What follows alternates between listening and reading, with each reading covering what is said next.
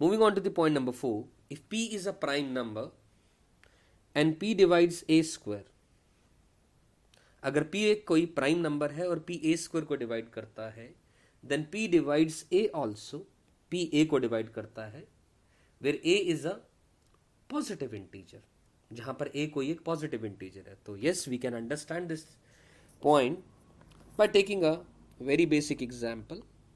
Late us say p कोई एक prime number है. हमने कहा लेट अस से मैंने एक प्राइम नंबर 3 लिया. प्राइम नंबर कौन सा होता है पता है हम सबको, which is completely divisible by उसके केवल factor 1 and the number itself ही होता है. अगर p a स्क्वायर को डिवाइड करता है, मान लीजिए p डिवाइड कर रहा है a स्क्वायर को, मैंने लिया 81, तो ठीक है. 3 81 को डिवाइड करता है, yes. Then p divides a also, तो a क्या आया, a 9 है, तो 9 को भी p डिवाइड कर देता है, यस 3. तो where a is a positive integer. Yes, बिल्कुल सही है ये बात. एक और एग्जाम्पल लिया जा सकता है. p is a prime number, late us से मैंने 2 ले लिया. 2 is the only even prime number. और a स्क्वायर मैंने लेट अस से 16 ले लिया, तो a की वैल्यू 4 आ गई. 16 को p डिवाइड करता है, यस, तो 4 को भी p डिवाइड करता है, तो ये 2 आ जाएगी वैल्यू. यस, ये बात यहाँ भी फिट बैठ रही है. एक और p की कोई वैल्यू ली जा सकती है, कोई another prime number. Late us से मैंने 5 लिया, तो a स्क्वायर की वैल्यू p अगर a स्क्वायर को डिवाइड करता है तो ऑब्वियसली 5 का मल्टीपल ही ढूंढेंगे हम. 5 का ऐसा मल्टीपल जो किसी नंबर का स्क्वायर हो. तो a स्क्वायर को मैंने 25 ले लिया, यानी a को मैंने 5 ले लिया. अब 25 is divisible by 5, yes, 5 is also divisible by 5. So this is the point number 4. और इन 3 एग्जाम्पल से ये बात आपको समझ में आ गई होगी. Moving on further to the point number 5. Point number 5, to prove that root 2 and root 3 are irrational numbers. बिल्कुल आप सभी को याद होगा, this we have done in a very good manner again. root 2 का केस हमने एक एग्जाम्पल लिया हुआ है अपनी स्लाइड्स के अंदर में, वीडियोस में, to prove that this is a irrational number using the contradiction method, using the contradictory method या contradiction method.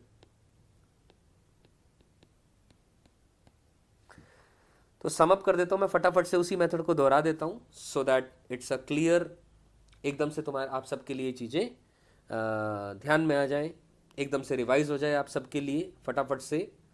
तो ठीक है, लेट अस एज्यूम, हम लोग एक एज्यूम कर लेते हैं.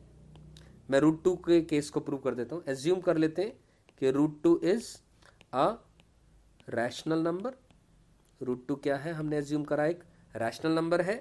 तो रूट 2 को a बाई बी फॉर्म में लिखा जा सकता है, जहां पर a और b इंटीजर्स हैं.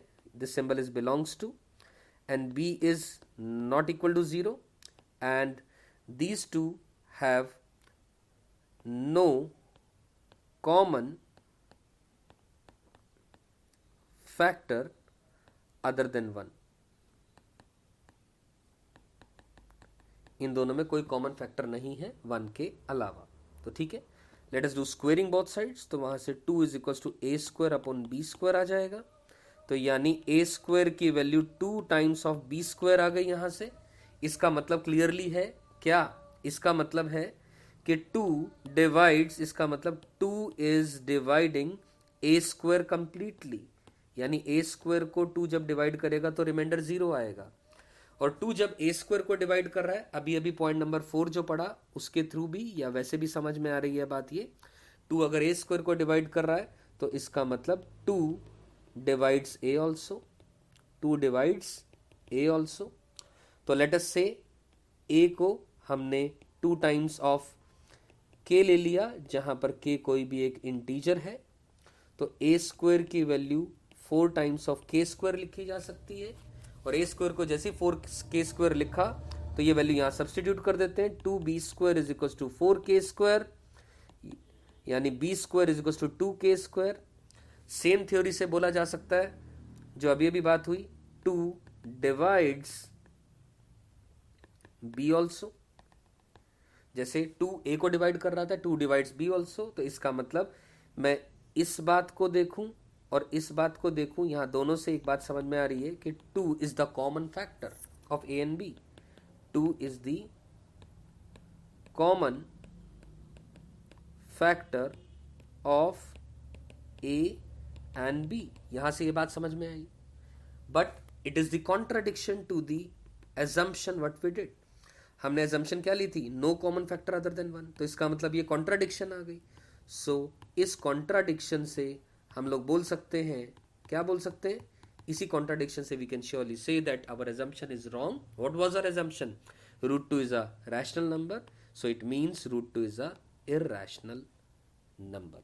And in a similar manner आप √3 को भी प्रूव कर सकते हैं वो एक इरैशनल नंबर है. Moving on further to the point number 6. Point number 6 ये भी हम ऑलरेडी पढ़ चुके हैं. Let x is a rational number whose decimal expansion terminates, then we can express x in the form p by q, where p and q are co-prime numbers. Co-prime मतलब जिनका HCF 1 होता है. And the prime factorization of q is of the form 2 power n into 5 power m, where n and m are non-negative integers. वही बात मैं एक बार फटाफट से एक एग्जांपल लेकर के बात समझा दे रहा हूं.